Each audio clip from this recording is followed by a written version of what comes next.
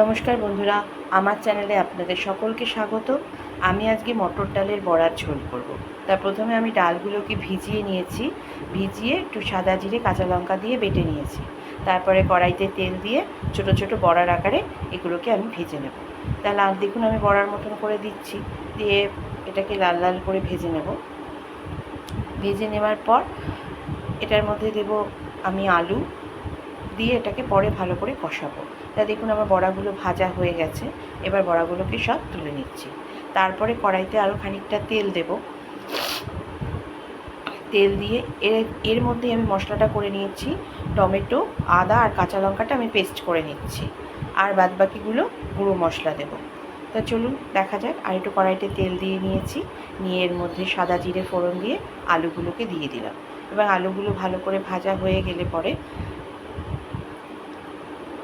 বেশ লাল লাল করে একটু ভেজে নেব আমি। আর এদিকে গরম জল বসিয়ে দিয়েছি বড়ার ঝোলে দেওয়ার জন্য। তা আলুগুলো আমার ভাজা হয়ে গেছে, এর মধ্যে আমি কিছু রুটির মশলা দিচ্ছি, ধনে গুঁড়ো, জিরে গুঁড়ো, লঙ্কার গুঁড়ো, হলুদ গুঁড়ো, নুন এবং মিষ্টি পরিমাণ মতন, আর তার সাথে ওই বাটা মশলাটাও দিয়ে দেবো। দিয়ে এবার এটাকে খুব ভালো করে কষাবো। তা নুন চিনিটা আমার দেওয়া হয়ে গেছে। এবার আমি এই যে বাটা মশলাটা বেটে রেখেছিলাম, টমেটো, আদা এবং কাঁচা লঙ্কা, সেটাকেও আমি দিয়ে দিলাম। দিয়ে এবার এটাকে আমি খুব ভালো দিয়ে দেবো, দিয়ে আমি এটাকে খুব ভালো করে কষাবো। তা দেখুন কষানো আমার হয়ে যায়। ততক্ষণে বলে রাখি, আপনাদের যদি আমার রান্নাটা ভালো লেগে থাকে তাহলে লাইক, কমেন্ট, শেয়ার অবশ্যই করবেন এবং সাবস্ক্রাইব করে পাশে থাকবেন। আপনারাও বাড়িতে বানিয়ে দেখবেন, নিরামিষ দিনে খুব ভালোই লাগে। আর এই ডালটা কিন্তু মটর ডালের বড়া। এর মতন আপনি মুসুরির ডালের বড়াও করতে পারেন, তার মধ্যে অবশ্য পেঁয়াজ টিয়াজ দেওয়া যায়, কিন্তু এটা মটর ডালের বড়া করেছি, যার জন্য এটা পুরোটাই নিরামিষ। এবার দেখুন আমার আলুগুলো মোটামুটি কষানো হয়ে গেছে। এর মধ্যে এই পাশে যে আমি গরম জলটা করে রেখেছি, সেই জলটা আমি এবার দিয়ে দেবো। তো জলটাও আমার মোটামুটি ফুটে এসছে।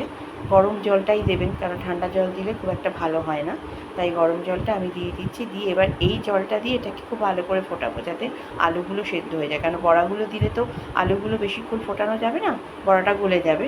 তাই এটাকে আমি আলুটাকে আগে জলটা দিয়ে আলুটাকে ভালো করে সিদ্ধ করে নেব। তা দেখুন আমার ফুটে গেছে, আলুও মোটামুটি সেদ্ধ হয়ে গেছে। এবার আমি বড়াগুলোকে দিয়ে দেবো। বড়াগুলোকে দিয়ে খানিকক্ষণ ফোটাবো। বেশিক্ষণ ফোটাবেন না, তাহলে বড়ার ঝোল একদম পুরো টেনে নেবে। এমনিতেই ঝোল টেনে নেয়, কিন্তু তা হলেও অল্প খানিকক্ষণ ফোটাতে হবে। তারপরে আমি এর মধ্যে দেব ঘি আর দেব গরম মশলা। তা গরম মশলাটা আমি এমনি এলাচ আর শুধু দারচিনি থেতো করে এর মধ্যে দেব।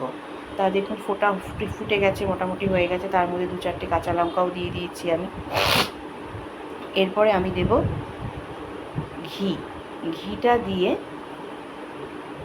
দিয়ে দিলাম। এর মধ্যে দেবো আমি একটুখানি গরম মশলা, কয়েকটা এলাচ আর দারচিনি থেতো করে দেবো, কারণ আমার কি হোমমেড তৈরি করা নেই, ওই জন্য আমি এমনি গরম মশলা দিলাম।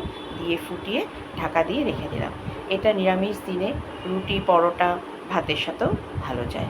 আপনারাও বাড়িতে ট্রাই করে দেখবেন, নিশ্চয়ই আপনাদের ভালো লাগবে এবং আমাকে অবশ্যই কমেন্ট করে জানাবেন যে কেমন লাগলো আপনাদের।